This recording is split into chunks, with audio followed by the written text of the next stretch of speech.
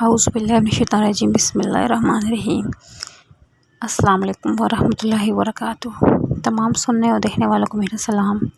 ناظرین، جیسا کہ آپ سب جانتے ہیں کہ ہمارا یہ مہینہ بھی اختتام پہ ہے، ہمارا اگلا مہینہ شروع ہونے والا ہے۔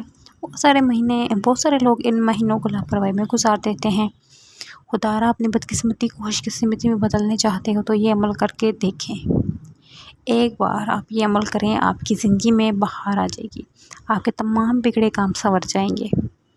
اگر آپ پریشان ہیں، کسی بھی وجہ سے پریشان ہیں، رزق اور دولت کی وجہ سے پریشان ہیں، آپ کے گھر میں مال و دولت کی کمی ہے، اگر آپ غربت کا شکار ہے، تنگ دستی مفلسی کا شکار ہیں، آپ چاہتے ہیں کہ آپ کے گھر میں رزق و دولت کی برسات رہے اور آپ کے گھر میں جتنی بھی مشکلات ہیں وہ آسان ہو جائے، گھریلو ناچاکے ہیں، لڑائی جھگڑے، بے سکونی ہے، بچوں کی اچھی جگہ رشتے کروانا چاہتے ہیں، شادی کروانا چاہتے ہیں، یا پھر آپ اولاد نرینہ چاہتے ہیں، یا پھر بے اولادی کے سبب پریشان ہے۔ ہر انسان اپنی اپنی پریشانی میں گھرا ہوا ہے، یا کسی بیماری کا لاعلاج بیماری کا شکار ہے۔ یہ وظیفہ آپ اس مقصد کے لیے بھی کر سکتے ہیں۔ یہ وظیفہ آپ ہر جائز مقصد کے لیے کر سکتے ہیں۔ بہت ہی زیادہ طاقتور ترین عمل ہے یہ۔ آپ یہ کریں گے تو آپ کو اس کا اندازہ ہو جائے گا کہ یہ کتنا زیادہ مجرب وظیفہ ہے۔ لیکن ناظرین، آپ نے کرنا کیا ہے، کن باتوں کا آپ نے خیال رکھنا ہے، بہت توجہ سے سنیے گا۔ آپ نے تو سب سے پہلے 5 وقت کی نماز کی پابندی کرنی ہے۔ خدا را 5 وقت کی نماز کی ادائیگی لازمی کرنی ہے۔ اس کے بعد آپ نے کثرت سے استغفر اللہ پڑھنا ہے۔ اگر آپ کثرت سے نہیں پڑھ سکتے تو 70 مرتبہ ضرور پڑھ لیا کریں استغفار پڑھنے کتنے زیادہ فضائل ہیں کہ آپ کو میں بتانا شروع کروں تو ویڈیو نہایت لمبی ہو جائے گی اور طویل ہو جائے گی۔ اور اتنا کہوں گی کہ استغفار جو بھی شخص پڑھتا ہے کثرت سے، اللہ تعالیٰ اس کے تمام صغیرہ و کبیرہ گناہوں کو معاف کر دیتا ہے، چاہے وہ سمندر کی جھاگ کے برابر ہی کیوں نہ ہو، چاہے اس کے گناہ زمین سے لے کے آسمان تک ہی کیوں نہ ہو، معاف ہو جاتے ہیں۔ ناظرین، پریشانیاں، غم، یہ سب انسانی زندگی کا حصہ ہیں۔ ہر انسان پریشانی، غم، کسی نہ کسی غم میں گھرا ہوا ہے، لیکن ان سب کو ختم کرنے کے لیے قرآن، نماز پڑھیں، جس سے ہمارے دل کو سکون ملتا ہے اور ہماری مشکلات آسان ہو جاتی ہیں۔ کچھ خاص تعداد میں وظائف ہیں جن کو پڑھنے سے ہماری زندگی میں جتنی مشکلات ہیں ختم ہو جاتی ہیں، ہماری دنیا کے ساتھ ہماری آخرت بھی سنور جاتی ہے۔ بے شک اس میں کوئی شک نہیں، اللہ تعالیٰ کے ذکر میں سکون ہے۔ میرا رب مانگنے والے کو بہت پسند کرتا ہے، اور جو اس سے توبہ کرتا ہے اللہ تعالیٰ اپنے بندے کی توبہ کا انتظار کرتا ہے۔ بہت سارے لوگ یہ شکوہ کر رہے ہوتے ہیں کہ ہمیں وظائف سے فائدہ حاصل نہیں ہوتا، تو وہ 5 وقت کی نماز کی ادائیگی کریں اور کثرت سے استغفار پڑھیں، سچ بولیں، جھوٹ نہیں بولیں۔ ناظرین، چلتے وظیفے کی طرف وقت ضائع کیے بغیر سب سے پہلے آپ نے باوضو مصلی پہ بیٹھ جانا ہے، اور اس وظیفے کو آپ کسی بھی وقت کر سکتے ہیں، وقت کی کوئی پابندی قید نہیں ہے۔ اس عمل کی اجازت عام ہے، اور اس عمل کو آپ کسی بھی دن کر سکتے ہیں۔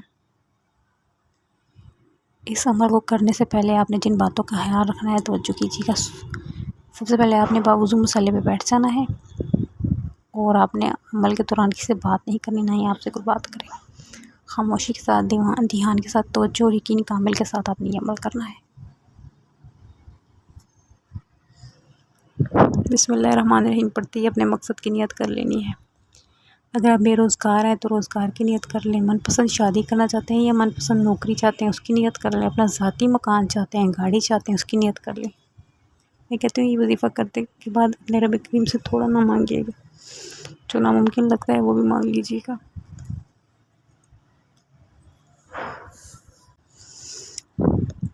بسم اللہ الرحمن الرحیم پڑھتے ہی نیت کے ساتھ آپ نے سب سے پہلے جو پڑھنا ہے فوری طور پہ درود ابراہیمی۔ درود ابراہیمی کو آپ نے صرف اور صرف 3 مرتبہ پڑھ لینا ہے۔ درود ابراہیمی جب آپ 3 مرتبہ پڑھ لو تو آپ نے اس وظیفے کا جو پہلا عمل کرنا ہے وہ اللہ تعالیٰ کا یہ صفاتی نام یا وہابو جو بھی شخص پڑھتا ہے اللہ تعالیٰ اس کی تمام دنیا کی جتنی بھی حاجات ہوتی ہیں اس کی پوری ہو جاتی ہیں۔ اللہ تعالیٰ کو جو بھی صفاتی نام سے پکارتا ہے اللہ تعالیٰ اس سے راضی ہو جاتا ہے۔ توجہ کیجیے گا، یا وہابو ایک بار ہو گیا، یا وہابو 2 بار ہو گیا۔ اس کو آپ اپنے انداز میں اسی طرح دائیں ہاتھ کی انگلیوں پہ صرف اور صرف 11 مرتبہ پڑھ لینا ہے۔ جب یا وہابو 11 مرتبہ پڑھ لیں اس کے بعد آپ نے سورہ کوثر پڑھنی ہے۔ سورہ کوثر قرآن کی سب سے مختصر صورت ہے اور برکت و فضیلت کے لحاظ سے بہت بڑی صورت ہے، بڑی بڑی صورتوں کو پیچھے چھوڑ دیتی ہے، اس کی اتنی زیادہ فضائل ہیں۔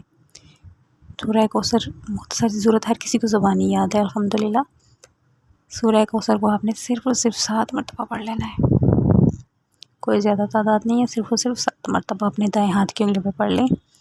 اس کے بعد آپ نے جو پڑھنا ہے وہ سورہ فاتحہ کی پہلی آیت الحمدللہ رب العالمین۔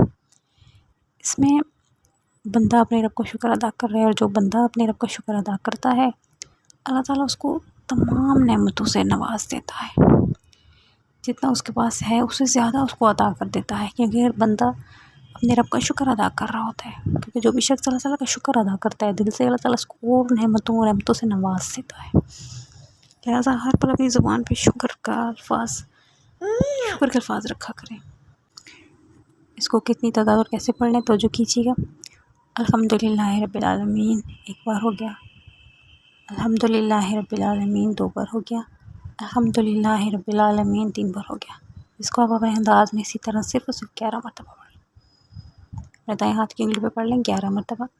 جب آپ 11 مرتبہ پڑھ لو تو آخر میں پھر وہی درود جو آپ نے شروع میں پڑھا تھا پڑھ کے دعا کے لیے ہاتھ اٹھانے۔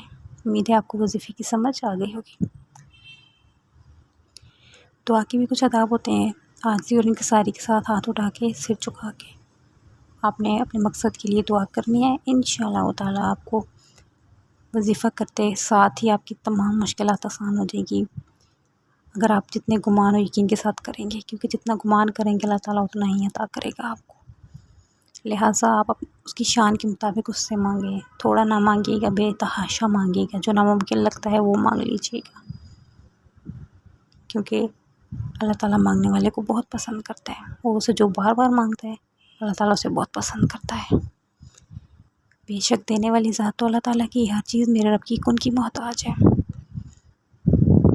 دعا مکمل کرنے کے بعد، وظیفہ مکمل کرنے کے بعد آپ اس وظیفے کو اپنی زندگی کا معمول بھی بنا سکتے ہیں، اور جب تک آپ کا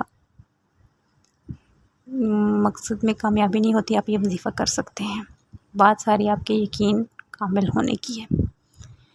اللہ تعالیٰ میرا سنانا اور آپ کا سننا ہی اپنے بارگاہ میں قبول فرما لے، اور جو نہیں مانگ سکے وہ بن مانگے عطا کر دے، اور اللہ تعالیٰ تمام مسلمانوں کی مشکلات کو آسان کرے، غموں سے نجات دے، بیماریوں سے شفا دے، اور ہمارے جتنے بھی مسلمان بہن بھائی غمزدہ ہیں، لا علاج بیماری کا شکار ہیں، ان سب کو شفائے کاملہ عطا کرے۔